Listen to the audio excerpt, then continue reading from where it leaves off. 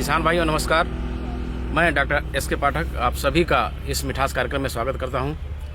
साथियों, आज हम हैं भारतीय गन्ना अनुसंधान संस्थान लखनऊ में और हमारे साथ हैं भारतीय गन्ना अनुसंधान संस्थान लखनऊ के क्रॉप इम्प्रूवमेंट डिपार्टमेंट के विभागाध्यक्ष आदरणीय डॉक्टर संजीव कुमार जी। आप सभी लोग इस चेहरे से परिचित होंगे और एक तरह से कहा जाए तो गन्ने की कई किस्में आपके द्वारा विकसित की गए हैं, जिसमें से एक कोलक 14201 भी है। तो आज हम विशेष रूप से बात करेंगे कोलक 14201 पे और अन्य किस्मों पे भी बात करेंगे, लेकिन विशेष रूप से कोलक 14201 के बारे में बात करेंगे। बहुत अच्छी किस्म है, अगेती किस्म है और बहुत अच्छे कई किसानों के प्लाट पे, बहुत से किसानों के प्लाट पे अच्छी पैदावार दे भी रही है। कुछ किसान कुछ प्रमुख बातों का ध्यान नहीं देते हैं, जिससे उनके पैदावार पे फर्क पड़ता है। तो उसी पे हम डॉक्टर साहब से आज चर्चा करेंगे कि सर कोलक 14201 से अगर अच्छी पैदावार हमें लेनी है तो किन किन बातों का हमें विशेष रूप से ध्यान देना होगा। सबसे पहले आपका धन्यवाद और किसान भाइयों आपको नमस्कार। कोलक 14201 एक अगेती किस्म है और जो कि 2020 में उत्तर प्रदेश गवर्नमेंट द्वारा स्वीकृत किया गया था उत्तर प्रदेश में कल्टीवेशन के लिए जी। और उसके बाद ये 2023 में हमारा CBRC सिस्टम से रिलीज हुई जी। और अभी 2024 में हाल ही में ये बिहार राज्य के लिए भी स्वीकृत हो गई है। तो इसकी अब चूंकि बसंतकालीन बुआई का समय आ रहा है, तो अगर किसान भाई थोड़ा सा इसमें कुछ बातों का ध्यान रखेंगे तो बड़ा इससे अच्छी उपज प्राप्त कर सकते हैं। पहली बात तो इसका जो बुआई का समय है वो थोड़ा सा अगर जल्दी ही बुआई कर ले जी, जैसे फरवरी में हो जाए तो बढ़िया है। बहुत अच्छी बात। 5 या 10 मार्च तक इसकी बुआई कंप्लीट कर लें। ज्यादा देर से मत इसकी बुआई करें। ज्यादा देर बुआई करने में थोड़ा सा इसकी ग्रोथ शुरुआत में धीरे से होती है। किसान भाई अप्रैल में या मई में बुआई करते हैं, वो चीज नहीं, मैं लेट में बुआई के लिए इसको हम रिकमेंड नहीं करते हैं। लेट में बुआई करेंगे तो फिर पैदावार कम होगी और फिर कहेंगे कि वैरायटी में दिक्कत है, वैरायटी में समस्या है। तो लेट बुआई के लिए मैं इसको 10 मार्च से 15 मार्च के बाद में इसको मैं संस्तुत नहीं करता बुआई के लिए। और बुआई के बाद बहुत सारी चीजें हैं मैनेजमेंट का, क्योंकि ये एक उच्च जिसे कहते हैं अधिक किले बनाने वाली किस्म है। तो जर्मिनेशन के बाद इसमें किले बहुत बनते हैं जी। तो किलों का मैनेजमेंट इसमें बहुत जरूरी है। हम हर फोरम पे बोलते रहते हैं, फेसबुक वगैरह पे लिखते रहते हैं कि किलों का मैनेजमेंट बहुत जरूरी है इस किस्म में। अगर किलों का मैनेजमेंट नहीं करेंगे तो गन्ने में 2 तरीके की ग्रोथ होती है। एक फैलने वाली ग्रोथ जिसको हम अंग्रेजी में हॉरिजॉन्टल ग्रोथ बोलते हैं, एक वर्टिकल ग्रोथ जो ऊपर को बढ़ती है फसल। अगर ज्यादा किले बनेंगे तो वो फैलेगी तो उसकी हाइट नहीं आएगी। तो किसान भाइयों के लिए कहेंगे कि इसे बहुत धीरे से बढ़वार हो रही है। अगर किले कम होंगे तो जितने भी किले होंगे वो तेजी से बढ़ेंगे। तो जिसको हम वर्टिकल ग्रोथ कर रहे हैं। तो चूंकि किले ज्यादा इस किस्म में बनते हैं तो उनका मैनेजमेंट करना है। मैनेजमेंट कैसे करना है? आप किलों पे अगर आप से जो अर्थिंग अब मिट्टी चढ़ाने का काम करते हैं वो अगर सही समय पे कर लें, ये मई का महीना है, अगर टिलर ज्यादा पता चल जाता है देखने से कि टिलर बहुत ज्यादा हो रहा है। एक पौधे में 6-7 किले अगर आ गए हैं तो पर्याप्त है। उसको बहुत ज्यादा नहीं बनते, 12, 14, 15, 16 किले अगर आ रहे हैं तो उसको कम करने की जरूरत है। तो मिट्टी चढ़ा दें। मिट्टी चढ़ाने से किले जो है, जो ज्यादा किले जो बाद में किले बनते हैं वो खत्म हो जाते हैं, कम हो जाते हैं और नए किले भी नहीं बनते, नहीं निकलते। और जब एक बार जितने किले पहले बने थे वो अगर बढ़ना शुरू कर गए तो फिर वो अपनी बढ़वार पकड़ लेते हैं। तो किलों का मैनेजमेंट बहुत जरूरी है। इवन हम तो ये भी रिकमेंड करते हैं कि भाई अगर बहुत ज्यादा किले हो रहे हैं, अर्थिंग अप के बाद भी नहीं है, तो आप उसमें कुछ किले काट भी सकते हैं जी, क्योंकि इसमें 2 चीजें हैं। अगर कम किले होंगे, कम गन्ने बनेंगे तो देखिए एक बहुत अच्छा इसका गन्ना का जो तरीका प्रकार है उसका अगर देखेंगे तो बहुत वजनी गन्ना है, ठोस गन्ना है, सॉलिड गन्ना है, एकदम सॉलिड गन्ना है। तो उसकी बढ़वार अगर थोड़ा सा कम किले होंगे, कम गन्ने बनेंगे तो उसकी मोटाई बढ़ जाएगी। और जब मोटा गन्ना होगा, ठोस गन्ना होगा तो उसका वजन बढ़ेगा। और जब किले कम होंगे तो उसकी हाइट भी बढ़ेगी। ठीक है। तो अगर हाइट और मोटाई, गन्ने की लंबाई और मोटाई दोनों बढ़ती हैं तो आपका टोटल जो गन्ने का वजन है, सिंगल केन वेट जिसको बोलते हैं, एक गन्ने का वजन वो बढ़ेगा।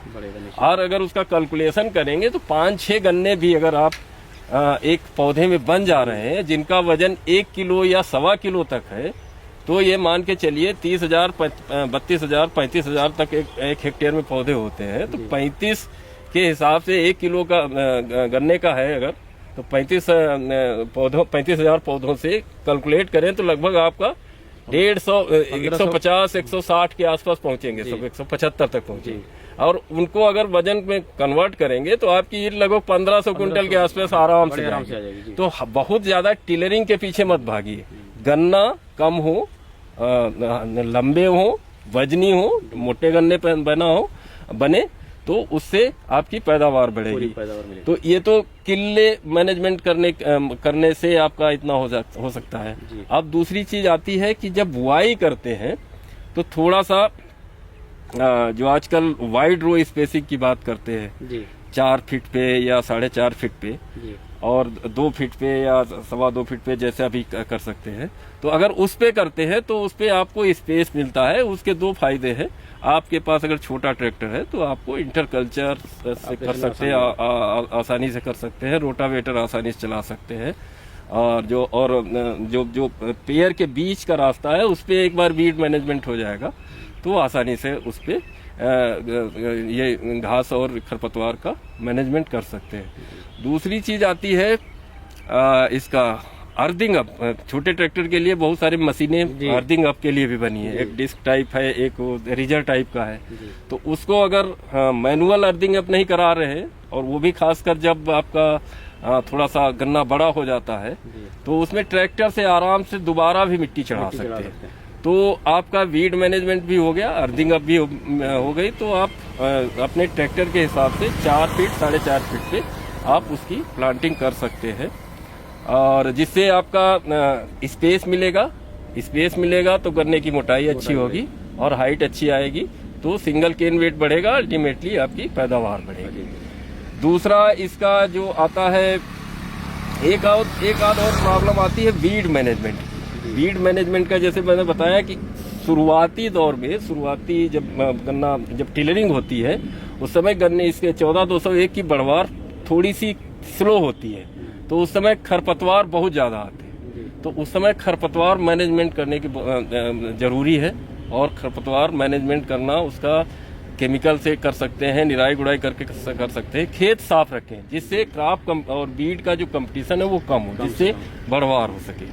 और कुछ लास्ट ईयर मैंने कई किसानों को देखा कि वो जैसे ही बारिश होती है और उसमें घास खड़े हुए, बारिश हुई, पानी भर गया खेत में, उसके बाद उसमें यूरिया डाल दिए, तो जो राटिंग की प्रॉब्लम आती है initial first week of July में, बहुत सारी जगह शिकायत आई इस बार कि गन्ने में सूख रहा है, तो वो कुछ एग्रोनॉमिक मिसमैनेजमेंट की तरीके से करते हैं, तो उस वजह से होता है।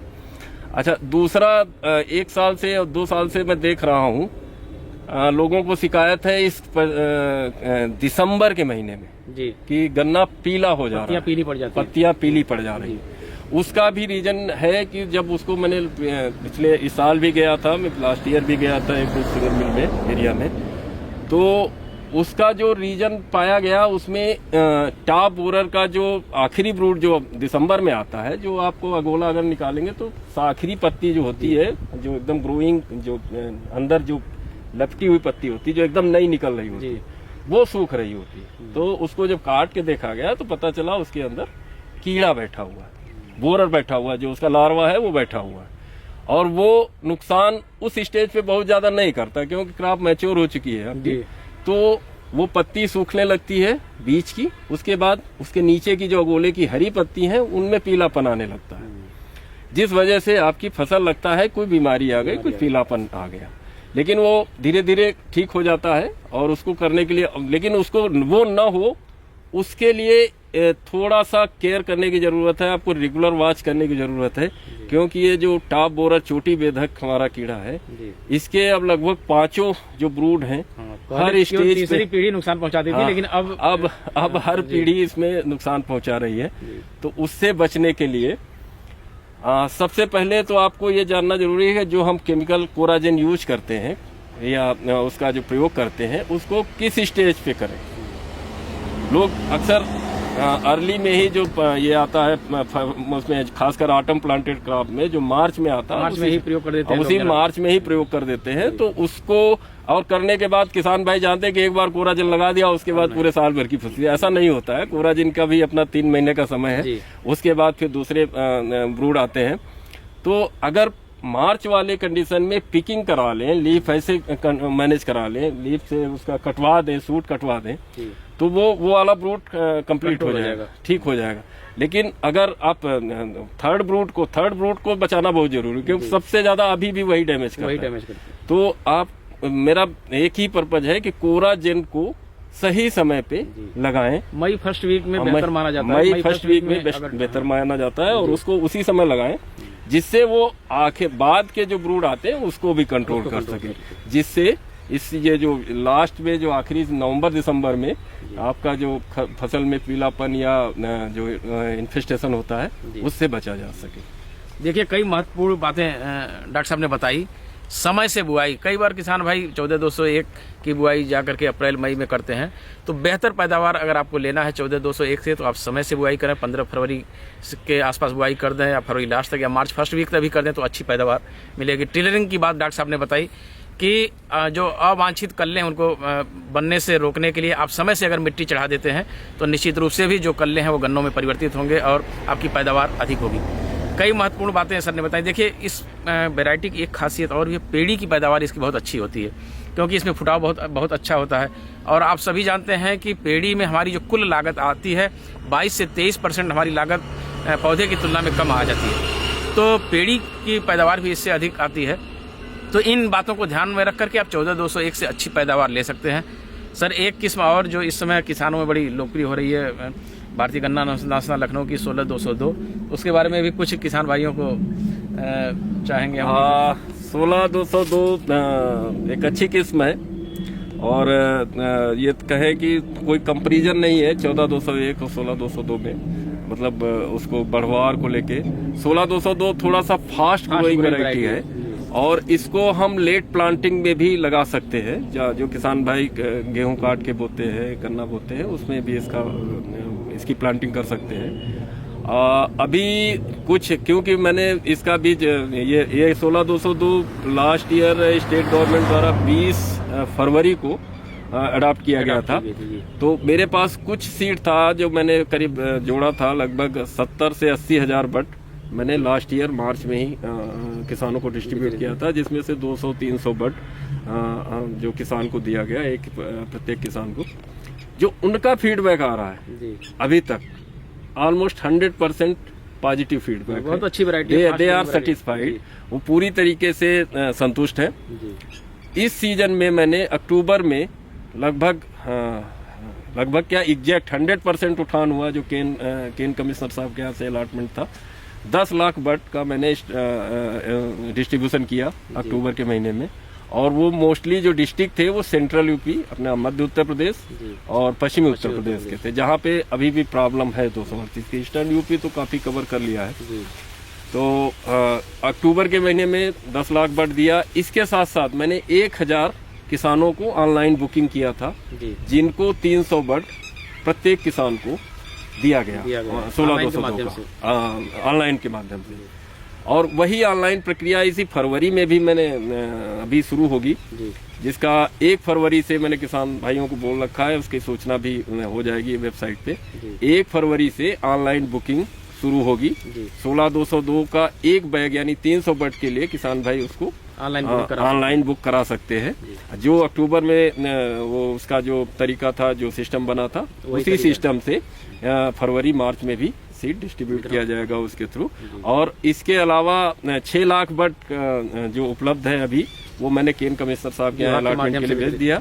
वो अभी आएगा तो वो जहां भी अलॉट होगा, जिन शुगर मिल को, जिन गन्ना विकास परिषदों को, उनको वितरित किया जाएगा। देखिए, 16-202 के बारे में भी आपको जानकारी मिल गई कि जिस तरीके से अक्टूबर में ऑनलाइन वितरण की प्रक्रिया थी विभाग के माध्यम से प्लस ऑनलाइन माध्यम से, दोनों माध्यम से इस वर्ष फरवरी में भी यहाँ से वितरित किया जाएगा। जो किसान भाई ऑनलाइन लेना चाहते हैं ऑनलाइन बुकिंग कर सकते हैं, और जो विभाग के माध्यम से लेना चाहते हैं वो अपने संबंधित गन्ना विकास परिषद से संपर्क करके और बीज प्राप्त कर सकते हैं। सर बहुत बहुत धन्यवाद आज की इस अहम जानकारी के लिए। हमारे किसान भाइयों को बहुत बहुत आभार।